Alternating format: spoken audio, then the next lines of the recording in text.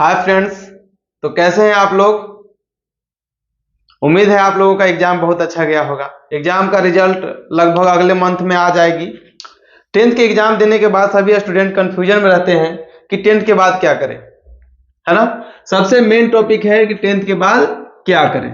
तो टेंथ के बाद करने के लिए बहुत सारे हमारे एक तरह से टेंथ का जो बोर्ड का एग्जाम होता है एक चौराहा की तरह होता है, वहां से आप बहुत सारी दिशाओं में जा सकते हैं, है ना। तो टेंथ के बाद आप लोग क्या क्या कर सकते हैं आज हम बताने की कोशिश करेंगे। और इसको बताने से पहले मैं आपको ये बता देना चाहता हूं कि हमने टेंथ के बाद पॉलिटेक्निक किया है, बीटेक किया है और ट्वेल्थ भी किया है। तो ये सब के बारे में हमें अच्छी से जानकारी है और मैं आप लोगों को जो बताऊंगा बिल्कुल एकदम फैक्ट होगा, तथ्य से जुड़ा हुआ रहेगा। तो टेंथ के बाद आप लोग कर सकते हो जनरल कोर्स, प्रोफेशनल कोर्स कर सकते हो या शॉर्ट टर्म कोर्स कर सकते हो। जनरल कोर्स में आते हैं, जनरल कोर्स में अगर बात कर लिया जाए तो आएंगे साइंस आएंगे या फिर आर्ट्स आएंगे या फिर कॉमर्स आएंगे। कॉमर्स आ सकते हैं। तो जनरल कोर्स के अंतर्गत साइंस आते हैं, आर्ट्स आते हैं और कॉमर्स आते हैं। तो इसके बाद हम लोग प्रोफेशनल कोर्स की बात कर लें तो प्रोफेशनल कोर्स के अंतर्गत आते हैं आईटीआई आते हैं, पॉलिटेक्निक आते हैं,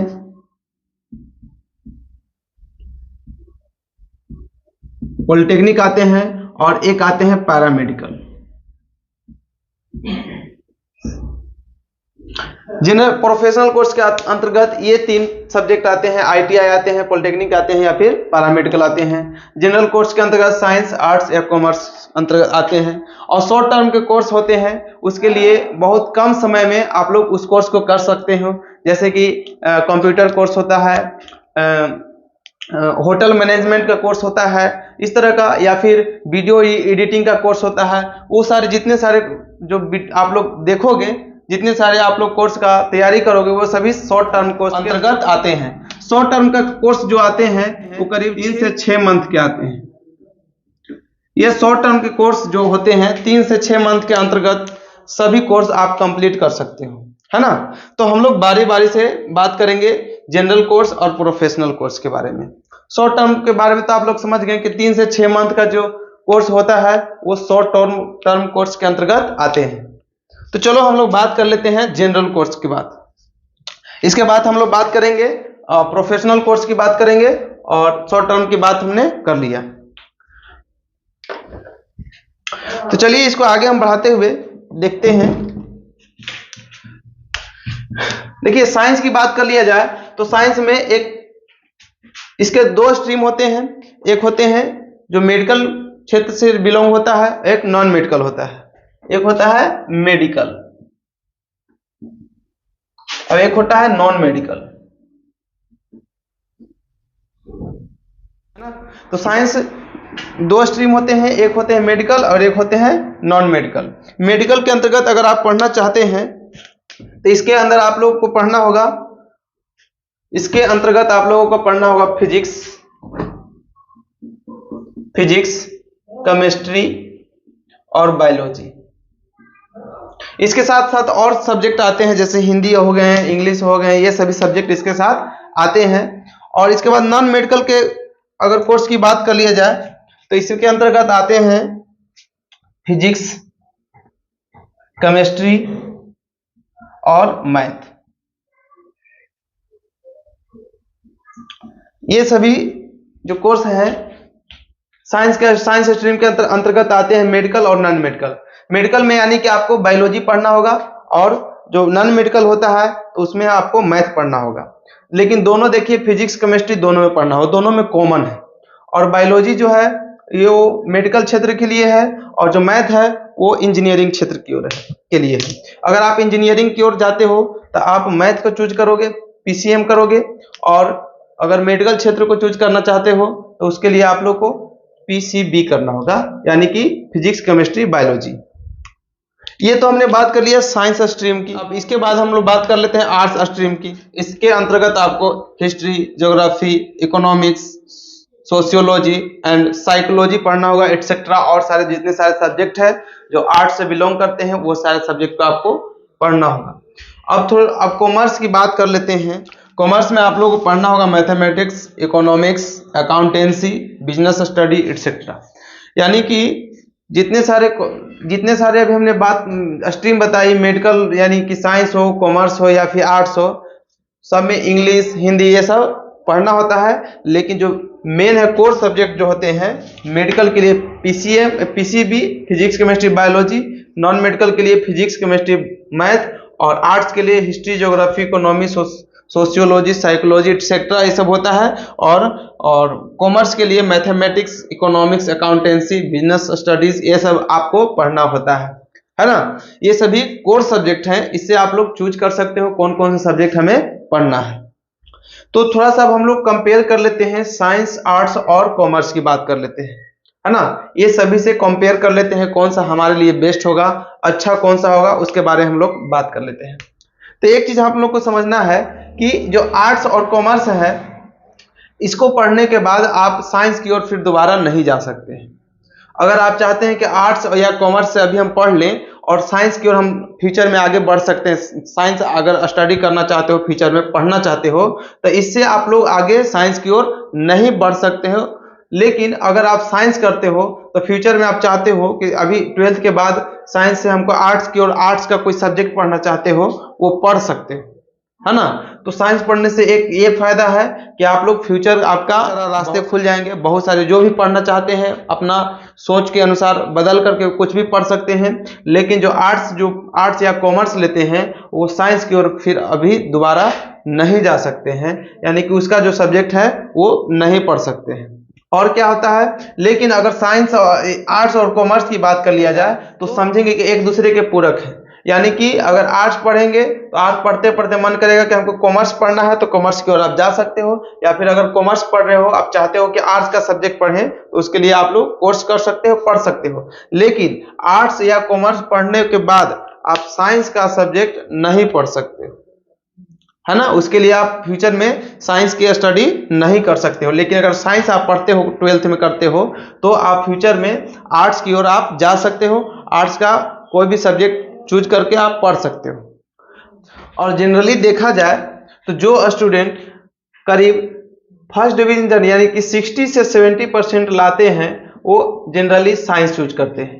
यानी कहने का मीनिंग है कि जो पढ़ने में ठीक ठाक होते हैं वही स्टूडेंट साइंस चूज कर पाते हैं, और जो अगर पढ़ने में थोड़ा सा वीक होते हैं कंपेयर टू साइंस, है ना, अगर 60% यानी कि आपको किसी का 50% या 50% से ऊपर है, तो उसको वो लोग स्टूडेंट जो भी होते हैं वो कॉमर्स चूज करना पसंद करते हैं। लेकिन जो 50% से जो नीचे है जिसका है रिजल्ट, वो आर्ट्स लेते हैं।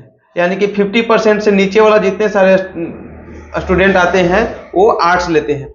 यानी कहने का मीनिंग है कि अगर आप साइंस से पढ़ते हो तो आपका जो फिजिक्स केमिस्ट्री मैथ है स्ट्रोंग होना चाहिए, आपको कैलकुलेशन की जो कैपेबिलिटी है, क्षमता है, वो अच्छा होना चाहिए। और आर्ट्स अगर आप लेते हो तो आर्ट्स में अगर कैलकुलेशन कमजोर है, थोड़ा सा वीक है, आपको थोड़ा सा नॉलेज कम है, तो भी आर्ट्स ले करके और घर पे पढ़ सकते हो। और कॉमर्स की बात कर लिया जाए तो ये जो मिडिल वाला बात हो जाती है, यानी कि आर्ट्स और साइंस दोनों के बीच का ये रास्ता होता है। जितने भी स्टूडेंट हैं वो बोर्ड एग्जाम में अगर 50% से 60% के बीच में नंबर लाते हैं तो ज़्यादा चूज करते हैं कॉमर्स की ओर जाना चाहते हैं, है ना। तो ये सभी आप लोग बात कर लिए। और एक चीज़ और हम बताना चाहते हैं कि अगर आप लोग साइंस पढ़ते हो तो उसके लिए आपका थोड़ा सा माइंड होता है, डेवलप कर जाता है, कैलकुलेशन करने की क्षमता बढ़ जाती है। जितने आप माइंड को एक्सरसाइज कराइएगा, आपका जो माइंड होगा उतना ही विकास करेगा, है ना। कोई चीज़ को जल्दी समझ पाइएगा, समझा पाइएगा किसी को। लेकिन आर्ट्स या कॉमर्स करते हैं तो उसमें कैलकुलेशन करने की कम ज़रूरतें पड़ती है। हालांकि कॉमर्स में कुछ पड़ती है, जैसे कि मैथमेटिक्स और अकाउंटेंसी में इसमें पड़ती है, लेकिन आर्ट्स में कैलकुलेशन की बहुत कम ज़रूरत पड़ती है। लेकिन जो भी है, हालांकि ऐसा नहीं है, जो अब अपने अनुसार सब्जेक्ट चूज कर सकते हो। किसी को बहुत अच्छा पढ़ने में, वो भी आर्ट्स चूज कर सकते हैं, है ना। क्योंकि जितने सारे जो डिग्री मिलती है सबका वैल्यू समान होगा आपको डिग्री मिलने के बाद। लेकिन बस साइंस में ये है कि आप थोड़ा सा मेहनत करके पढ़ पाओगे, और फ्यूचर में आपका जो एरिया होगा वास्ट हो जाएगा। साइंस से आप आर्ट्स की ओर जा सकते हो, लेकिन जो फ्यूचर में आर्ट्स और कॉमर्स पढ़ोगे तो फ्यूचर में आप साइंस की ओर नहीं जा सकते हो। ये दोनों में अंतर है। और जो 12th 11th या 12th करोगे तो साइंस में आपको ज़्यादा मेहनत करना पड़ेगा। ऐसे हमारे आसपास के जो लोग होते हैं वो आर्ट्स लेते हैं तो अच्छा से नहीं पढ़ पाते हैं। हम अपने आसपास देख रहे हैं, इसलिए बोल रहे हैं आपको कि जो आर्ट्स लेते हैं वो आर्ट्स ले करके और घर पे बैठे रहते हैं, बस एग्जाम के समय आता है तो कुछ पढ़ लेते हैं और उसके बाद एग्जाम दे देते हैं। लेकिन साइंस है ऐसा जहां आप लोग ऑनलाइन करके या फिर जब तक कोचिंग नहीं करोगे आप अपने से नहीं पढ़ सकते हो सकता है आप मोबाइल से पढ़ सकते हैं ऑनलाइन से या फिर, लेकिन अपने से नहीं पढ़ सकते हो। आर्ट्स खुद से कर सकते हो, कॉमर्स भी कर सकते हो, लेकिन साइंस जो सब्जेक्ट है आपको उसके लिए ट्यूशन या फिर कोचिंग आपको लेना ही पड़ेगा, है ना। आप मोबाइल से ऑनलाइन पढ़ सकते हो, यूट्यूब से पढ़ सकते हो या फिर कहीं पे कोचिंग जा करके ऑफलाइन पढ़ सकते हो, क्योंकि इसका जो सिलेबस है थोड़ा सा हार्ड होता है compare to arts and commerce. तो अब हम बात कर लेते हैं प्रोफेशनल कोर्स की बात कर लेते हैं। प्रोफेशनल कोर्स के अंतर्गत आते हैं आईटीआई, जिसका फुल फॉर्म होता है इंडस्ट्रियल ट्रेनिंग इंस्टीट्यूट, है ना। तो आईटीआई कर सकते हैं, पॉलिटेक्निक कर सकते हैं या पैरामेडिकल कर सकते हैं।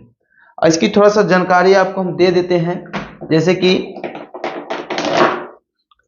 जो यहाँ जो जनरल कोर्स है या तो आप साइंस से पढ़ रहे हो या फिर कॉमर्स से पढ़ सकते हो या फिर आर्ट्स से पढ़ सकते हो। तो यहाँ पे 2 साल का कोर्स होता है, 2 ईयर का, 11th एंड 12th में आपको बोर्ड एग्जाम देना होता है और उससे आपको रिजल्ट का डिग्री मिलता है यानी कि। और यहाँ पे अगर आईटीआई की बात कर लिया जाए तो आईटीआई 1 साल का भी होता है या 2 साल का भी होता है। फुल कोर्स अगर होता है आईटीआई का तो 2 साल का होता है।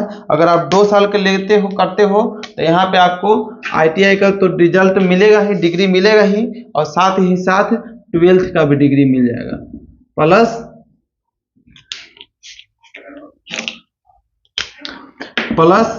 12th का भी डिग्री मिल जाता है। इसके बाद अगर आप पॉलिटेक्निक करते हो तो पॉलिटेक्निक का आप टेक्निकल डिग्री तो मिलेगा ही और साथ ही साथ प्लस 12th का भी डिग्री मिल जाएगा। अगर आप पॉलिटेक्निक का करते हो तो 10th के बाद आपको 3 साल का कोर्स करना होता है। पॉलिटेक्निक का 3 साल और आईटीआई की बात कर ली जाए तो 2 साल की कोर्स करता है। लेकिन देखिए दोनों में फायदा क्या है कि अगर आप जनरल में कोर्स करते हो तो साइंस या आर्ट्स या कॉमर्स से करते हो तो 2 साल में केवल आपको उसी का डिग्री मिलता है। लेकिन प्रोफेशनल कोर्स करते हो या आईटीआई कर सकते हो या पॉलिटेक्निक या फिर पैरामेडिकल 10th के बाद कर सकते हो, तो ये सभी 3-3 साल का कोर्स है और साथ ही साथ आपको 12th का भी डिग्री आपको साथ में मिल जाएगा, है ना। तो यहाँ पे 2 साल का आईटीआई का 2 साल का कोर्स होता है, पॉलिटेक्निक का 3 साल का कोर्स होता है, पैरामेडिकल का भी 3 साल का कोर्स होता है। लेकिन अगर आप 12th करने के बाद पॉलिटेक्निक करते हो तो वहाँ पे लेटरल एंट्री से स्टूडेंट जाते हैं और लेटरल एंट्री से जाने के बाद पॉलिटेक्निक पे आपका 2 साल का कोर्स हो जाता है। तो यहाँ पे आपको देखिए क्या बेनिफिट है कि प्रोफेशनल अगर कोर्स करते हो आप लोग, पॉलिटेक्निक करते हो तो पॉलिटेक्निक करने के बाद आपको पॉलिटेक्निक का तो टेक्निकल डिग्री मिलेगा ही और साथ ही साथ आपको 12th का भी डिग्री मिलेगा। लेकिन आपको 1 साल एक्स्ट्रा टाइम देना होगा। इसमें भी पैरामेडिकल में यहाँ से भी मेडिकल क्षेत्र में जा सकते हो, है ना, पीसीबी लेकर के यानी फिजिक्स केमिस्ट्री बायोलॉजी, और यहाँ से पैरामेडिकल से भी जा करके आप लोग मेडिकल क्षेत्र में जा सकते हो। लेकिन फायदा यहाँ पे ये है कि साथ ही साथ आपका 12th का भी डिग्री मिल जाएगा। अब थोड़ा सा दोनों में हम कंपेयर थोड़ा सा कर लेते हैं। शॉर्ट टर्म कोर्स की बात तो कर ही लिए हैं, अब हम लोग थोड़ा सा जनरल कोर्स और प्रोफेशनल कोर्स की बात कर लेते हैं। यानी कि साइंस कॉमर्स या आर्ट्स से जो पढ़ते हैं या फिर आईटीआई पॉलिटेक्निक या पैरामेडिकल जो करते हैं उसके बारे में थोड़ा सा दोनों में कंपेयर कर लेते हैं कि आपके लिए कौन सा अच्छा रहेगा। लेकिन हम आपको कहेंगे सबसे अच्छा वही रहेगा जो आप पढ़ना चाहते हो। अगर दिल से जो सब्जेक्ट पढ़ना चाहते हो वही आपके लिए अच्छा है। लेकिन आपको ये सेलेक्ट करने से पहले आपको जान लेना चाहिए कि इसका फ्यूचर क्या क्या है, क्या क्या फ्यूचर में कर सकते हो।